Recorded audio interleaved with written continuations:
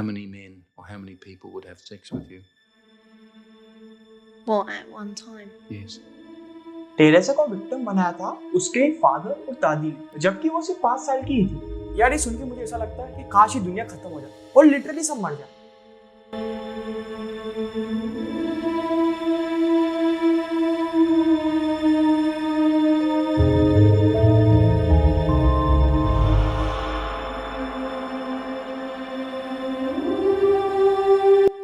Illuminati and secret society हमेशा से एक ऐसा टॉपिक रहा है जिसने लोगों को काफी attract. 1980 was the prime year जब ह्यूमन सैक्रिफाइस और कल्ट के रिचुअल्स के रिगार्डिंग काफी न्यूज और वीडियो सरफेस पे आई थी एंड यूरोपियन मीडिया इसे कवर भी कर रहा था। According to European media 80,000 plus cases report हुए 1980 से लेकर 1985 एंड 1989 एक ऐसा केस सामने आया जिसको पढ़ते हुए लिटरली आज भी लोगों के रोंगटे खड़े हो जाते हैं। ये केस था टेरेसा का, जिसको विक्टिम बनाया था उसकी ही फैमिली ने, जो उसे सैटेनिक रिचुअल्स में यूज करा करती थी एंड उसे फिजिकली भी अब्यूज करा करती। एंड इसमें उसकी फैमिली नहीं, ब्रिटेन के काफी पॉलिटिशियंस जो उस समय करंट गवर्नमेंट में पावर में, उनके भी नाम आए थे।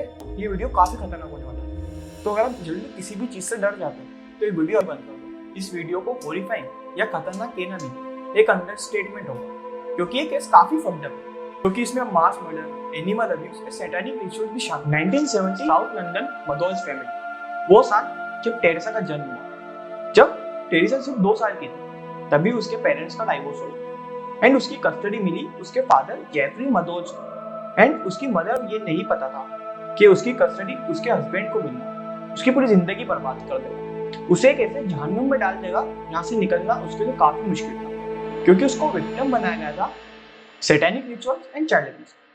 अभी थोड़ी देर पहले मैंने एक फैमिली का नाम लिया था, मदोज फैमिली, और सबसे क्रेजी बात यह है कि मदोज family has a close connection with Freeman blood line. और मैं आपको बताता चलूं कि फ्रीमैन ब्लड लाइन 13 में से फैमिली ग्रुप है इल्यूमिनाटीज में से। यहाँ से चालू होता है मोस्ट डिस्टर्बिंग पार्ट इस केस का।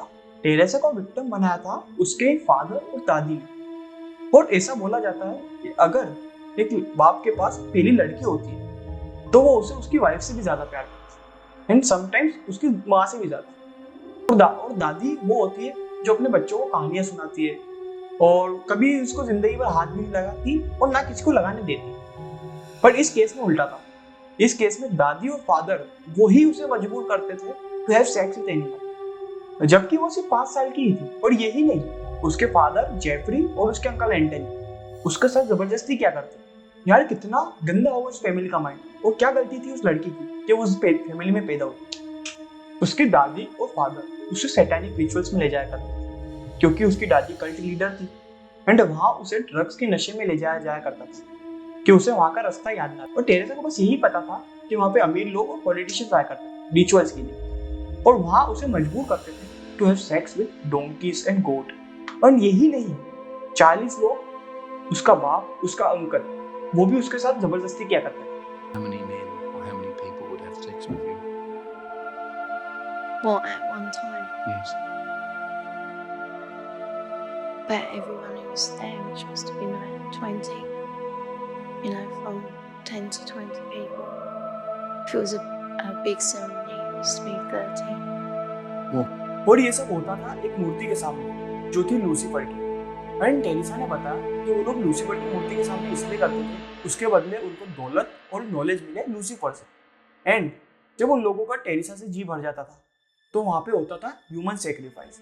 यार ये सुन के मुझे ऐसा लगता है कि काश ही दुनिया खत्म हो जाए और लिटरली सब मर जाए। और ये सबसे टेरेसा काफी परेशान हो गई थी और उसने कई बार भागने की कोशिश की, पर उसको हर बार उसके अंकल एंटनी पकड़ लिया करते थे। और उसको पकड़ने के बाद उसे एक अंधेरे कमरे में डाल दिया करते थे जहाँ पे उसे कई दिनों तक खाना नहीं दिया जाता था। और ये तो कुछ भी नहीं, उसके फादर और उसके अंकल उसके साथ असॉल्ट तो करते ही थे, बल्कि उसको वहाँ पे सेक्सुअली मोलेस्ट भी किया जाता था। और ये सब होते होते टेरेसा की उम्र 10 साल हो गई और उसका पहला अबॉर्शन हुआ। और वो जो अनबोर्न बेबी था उसे टेरेसा को मजबूर किया गया कि वो उसे खाए। एंड 11 साल की उम्र में टेरेसा को पहला बच्चा हुआ जिसका नाम था एलेक्स। एंड 11 से लेकर 15 साल की उम्र तक टेरेसा के कई अबॉर्शन हुए। और वो जो सब अनबोर्न बेबीज थे उसे मजबूर करा जाता था टेरेसा को कि उसे खाए। और वो लोग ये मानते थे कि ये करने से लूसीफर उनसे खुश होता है। और लिटरली वो लोगों की ये सोच थी कि ये सबसे लूसीफर खुश होता है। एंड टेरेसा का एक अबॉर्शन हुआ था जो स्कूल में हुआ था और इसके बारे में किसी को नहीं पता था। ये चीज उसने उसकी मदर को बताई थी जब उसका लाई डिटेक्टर टेस्ट हुआ। और जब भी ये सब सैटानिक रिचुअल्स किए जाते थे तो वहाँ पे होता था मास ह्यूमन सेक्रीफाइस, और वो सब बॉडीज को एक कंटेनर में डाल दिया करते थे और उसके बाद उस कंटेनर को बंद कर देते थे और देखते ही देखते उस कंटेनर में से सब बॉडीज गायब हो जाती थी। और टेरेसा ने ये बताया कि वो लोग ये मानते नहीं बल्कि विश्वास ही करते थे कि वहाँ पे डेविल आता था उन्हें खाने। और एक दिन टेरेसा वहाँ से भागने में कामयाब हो जाती है और पहुंच जाती है पुलिस स्टेशन, जहाँ पर उसकी हालत देखकर पुलिस वाले काफी हैरान हो जाते हैं। और जब टेरेसा उसके साथ जो हुआ वो पुलिस वालों को बताती है तो फिर भी पुलिस वालों को उसकी बातों पर विश्वास करना बहुत ही मुश्किल था। पर वो लोग मदोज फैमिली के खिलाफ इन्वेस्टिगेशन चालू करते हैं और टेरेसा को उसकी मदर के यहाँ भेज देते हैं, जिससे वो 14 साल के बाद मिली। और ये जो to live with love instead of fear. In this quiet English village, with the help of her mother, she's slowly repairing her broken life. Teresa is now 15, but at the age of 2, she was left in the care of this woman, the grandma she called Nan. And that, she says, is when her torment started. तो Teresa के साथ हुआ था वो Teresa अपनी mother को बताती है, पर टेरेसा का विश्वास करना उसकी मदर के लिए भी काफी मुश्किल था, पर वो उस पर भरोसा करती है। एंड 1984 में वो मदोल्स फैमिली के खिलाफ कोर्ट में केस करती है for child abuse and many more. इसके बाद टेरेसा की काफी मेडिकल रिपोर्ट्स और साइकेट्रिक टेस्ट होते हैं, जिससे ये साबित होता है जो भी उसने बोला वो सब सच में हुआ था।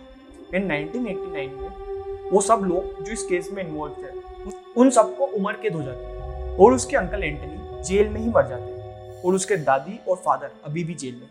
मैं जानता हूँ ये वीडियो बहुत ही डिस्टर्बिंग हो चुकी है, पर जो मैंने इस वीडियो में बोला वो सब